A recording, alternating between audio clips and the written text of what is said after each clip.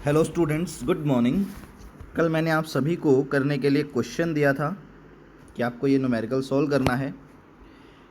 मेरे पास सिर्फ एक ही बच्चे ने सॉल्यूशन भेजा बेटा, जिसने भी भेजा वेरी गुड। आपका सॉल्यूशन बिल्कुल ठीक था, पर हल्की सी प्रॉब्लम आपको कहाँ आ रही थी? हल्की सी प्रॉब्लम आपको आ रही थी इस 2 kg वाले ब्लॉक पे। तो चलिए ज़रा एक बार इस क्वेश्चन को सॉल्व करते हैं, फिर हम आगे अपने लेक्चर को कंटिन्यू करेंगे। तो मैंने आपको बताया था इस तरह के क्वेश्चंस में हमें डायनेमिक्स के स्टेप्स इंप्लीमेंट करने हैं। और सबसे पहले हम, क्योंकि ये तीनों कनेक्टेड है, तो मैं क्या कर सकता हूँ, इन तीनों को ही एक सिंगल बॉडी मान सकता हूँ। क्यों मानी है ये अभी आज के न्यूमेरिकल में क्लियर हो जाएगा। अब तीनों को अगर मैं एक सिंगल बॉडी मानता हूँ तो इस सिंगल बॉडी का टोटल मास कितना होगा? 3 + 2 + 1, 6 किलोग्राम इसका टोटल मास होगा।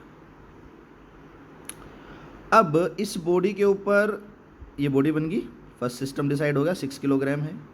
इसके ऊपर फोर्सेस फाइंड करते हैं। चलो, ये 12 न्यूटन का फोर्स हो गया। 12 न्यूटन का फोर्स इधर लग रहा है तो एक्सेलरेशन भी इधर लगेगा। फ्री बॉडी डायग्राम भी बन गया एक तरह से हमारा। इक्वेशन लिखते हैं।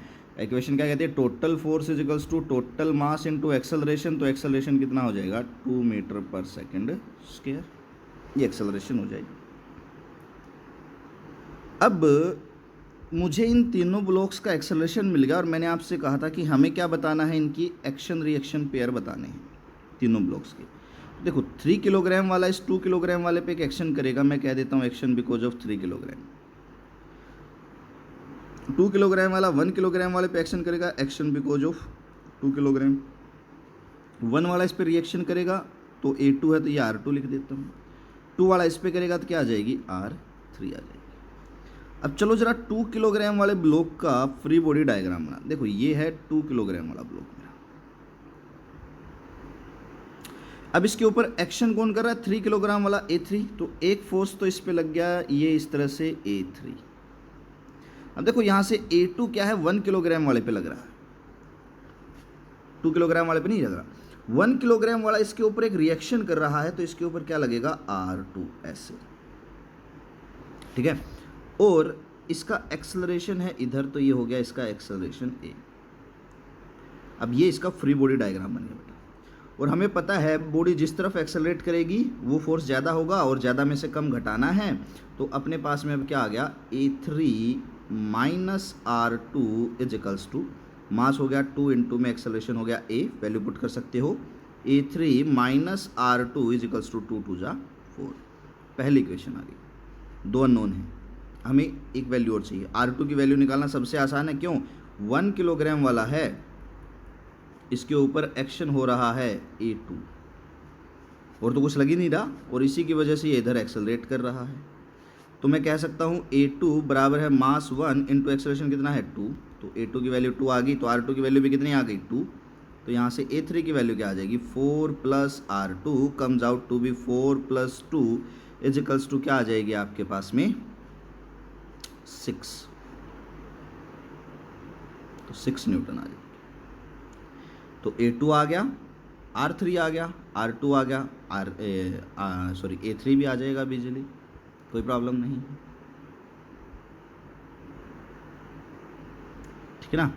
तो हम इस तरह से कर सकते हैं इस तरह के क्वेश्चन।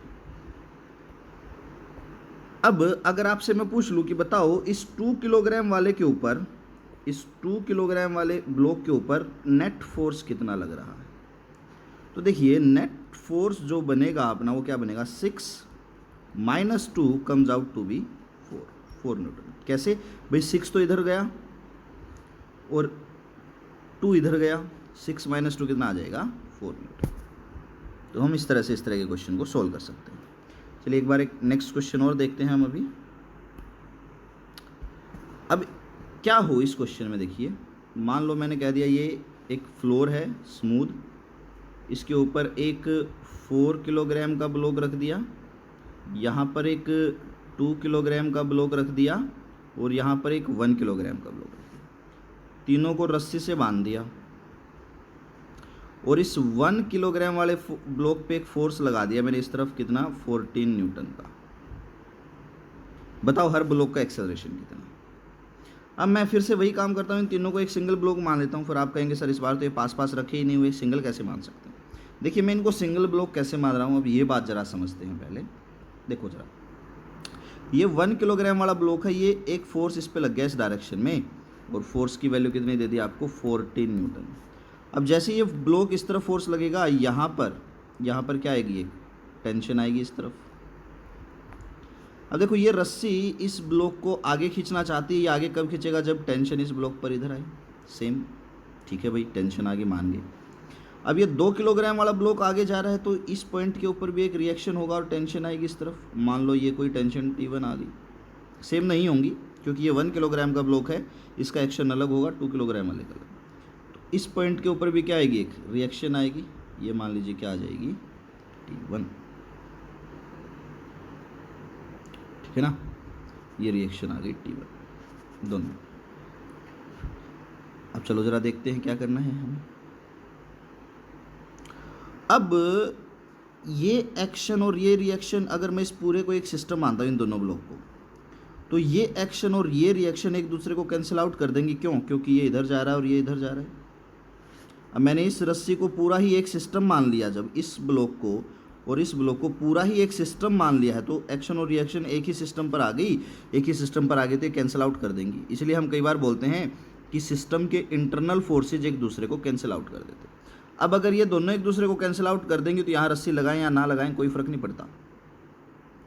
इसी तरह से ये भी कैंसिल आउट कर देंगे, रस्सी लगाएं या ना लगाएं कोई फ़र्क नहीं पड़ता। इसलिए 4, 2 और 1 को मैं एक सिंगल सिस्टम अज्यूम कर सकता हूँ, और यही मैंने यहाँ पर किया। क्यों? क्योंकि A3 और R3 कैंसिल आउट कर देंगी, A2 और R2 कैंसिल आउट कर देंगी, कोई फ़र्क ही नहीं पड़ेगा। तो इस पूरे को मैं एक सिंगल सिस्टम मान लेता हूँ। इस सिंगल सिस्टम मानता हूँ तो 4, 2, 6 और 1 7, तो 7 kg का एक ब्लॉक मैं यहाँ एक बार रख देता हूँ। फोर्स लग गया इस पर 14 न्यूटन, इसका एक्सेलरेशन भी इधर होगा, इजीली निकाल सकते हैं। Mass into acceleration, mass 7 into acceleration बराबर है 14, acceleration comes out to be 2 metre पर सेकेंड स्क्वायर। इजीली आ जाएगा यहाँ से, ठीक है ना। तो स्टेप्स टू सोल्व डायनेमिक्स इसलिए बड़े ज़रूरी हैं। देखो फोर्सेस फाइंड आउट किया, डायग्राम, फ्री बॉडी डायग्राम बना के इक्वेशन लिखते ही सॉल्यूशन आया सामने। अब देखिए टेंशन हमें निकालनी थी। अब चलो सिस्टम डिसाइड कर लेते, 2 किलोग्राम वाला डिसाइड कर लिया, ये 2 किलोग्राम। एक टेंशन इधर लग रही है T, एक टेंशन इधर लग रही है T1, पर इसका एक्सेलरेशन इधर है। क्या हम इक्वेशन लिख सकते हैं? कहेंगे यस सर, इजीली लिख सकते हैं। क्या? T इधर है, T1 इधर है, इधर ही एक्सेलरेट हो रहा है, तो ये ज़्यादा है, तो T माइनस T1 कितना आ जाएगा, मास इंटू एक्सेलरेशन, तो 2 इंटू में 2, तो T माइनस T1 कितना आ गया, 4। अगली इक्वेशन आ गई अपनी इजीली। अब इसको देखते चलिए, 4 किलोग्राम वाले को, ये रहा मेरा 4 किलोग्राम वाला, इसके ऊपर इधर एक टेंशन लग रही है T1 और इसका एक्सेलरेशन भी इधर है, तो टेंशन T1 किसके बराबर हो जाएगी, 4 इंटू में 2 कम्स आउट टू बी 8।